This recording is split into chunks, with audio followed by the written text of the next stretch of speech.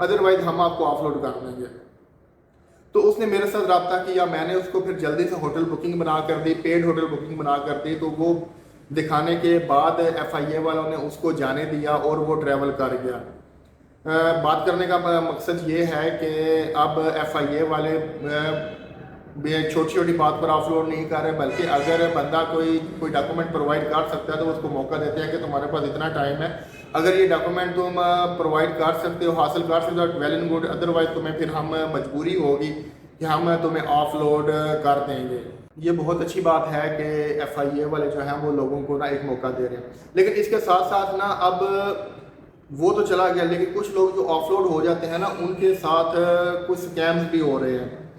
اب مجھے نہیں آئیڈیا کہ اس کے اندر کوئی انٹرنلی لوگ انوالو ہیں یا کیا ہے۔ ہوتا کیا ہے کہ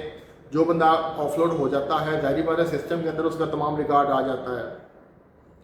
تو اس کو کچھ لیٹر میسیجز یا کالز ریسیو ہوتی ہیں، کچھ بھی ریسیو ہوتا ہے کہ آپ آف لوڈ ہوئے تھے، اس وجہ سے آپ آف لوڈ ہوئے تھے، تو آپ کے اگینسٹ نا ہم نے کارروائی کرنی ہے۔ اس کو ٹیلی فون کے اوپر پہلے تو لیٹر بھیجا جاتا ہے، پھر ٹیلی فون کے اوپر اس کو تھریٹ کیا جاتا ہے کہ ہم آپ کے خلاف کارروائی کریں گے، آپ انلیگل ایکٹیویٹیز میں انوالو ہو، آپ اس کو کچھ بھی کہا جاتا ہے، ڈرگز اینڈ ہیومن اسمگلنگ وغیرہ کچھ بھی کہا جاتا ہے کہ آپ اس وجہ سے آپ 2 نمبر کام کریں، منی لانڈرنگ میں انوالو ہو، یعنی کہ اس بندے کو تھریٹ کیا جاتا ہے کہ ہم آپ کے خلاف کارروائی کریں گے۔ تو جو پڑھے لکھے یا کوئی مطلب کہ سیانے لوگ ہوتے ہیں نا، وہ تو ان چیزوں کو سمجھ جاتے ہیں، وہ تو کہتے ہیں ٹھیک ہے جی اگر ہم نے ڈیل کرنی ہے آپ سے تو ہم آپ کے آفس وزٹ کریں گے، لیکن کچھ لوگ جو ہے نا وہ ڈر جاتے ہیں۔ اس میں سب سے زیادہ وہ ہوتے ہیں جو فرسٹ ٹائم ٹریولر ہوتے ہیں نا، وہ ڈر جاتے ہیں۔ وہ پھر کیا کرتے ہیں کہ ان لوگوں کے ساتھ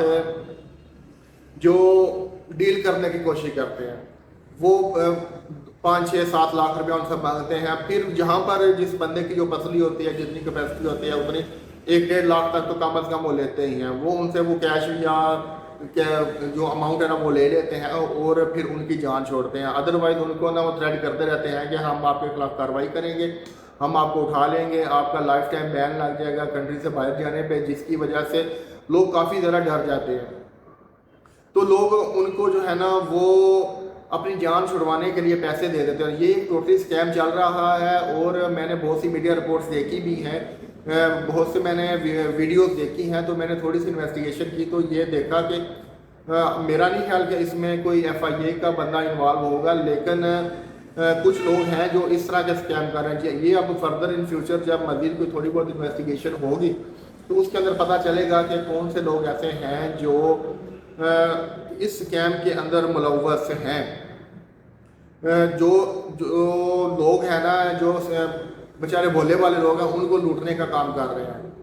یہ تھی آج کی سچویشن۔ میں نے یہ 2 اپڈیٹس تھی، ایک تو ایئرپورٹس پر ایسے لوگ جو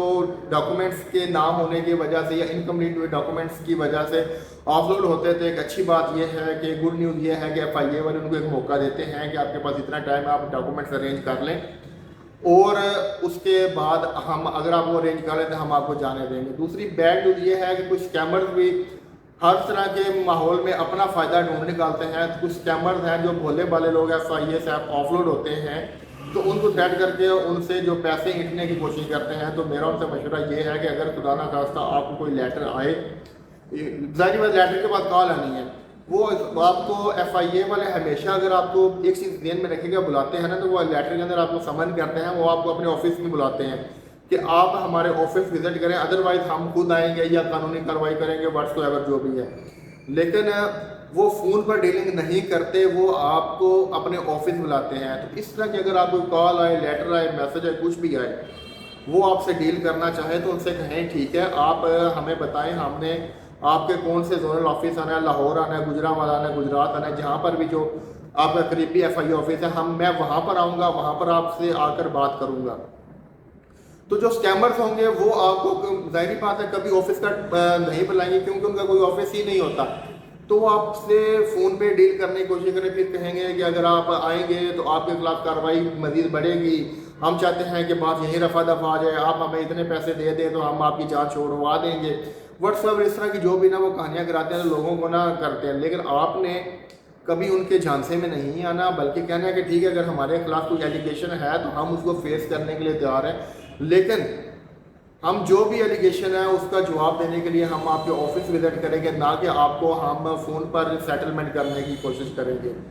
تو یہ ویڈیو تھی جس میں گڈ نیوز تھی اور ایک اسکیم تھا جو میں نے سوچا کیوں نہ آپ لوگوں کے ساتھ شیئر کر دیا جائے۔ ہوپ فلی آپ کو یہ ویڈیو کافی انفارمیٹیو لگی ہوگی۔ اگر ویڈیو پسند ہے تو چینل کو سبسکرائب کیجیے گا اور بیل آئیکن ضرور پریس کیجیے گا۔ اس کے علاوہ کوئی بھی اگر کویسچن ہو تو آپ نیچے کمنٹ سیکشن میں پوچھ سکتے ہیں، انشاءاللہ میں رپلائی کرنے کی کوشش کروں گا۔ دعا میں یاد رکھیے گا۔ اللہ حافظ۔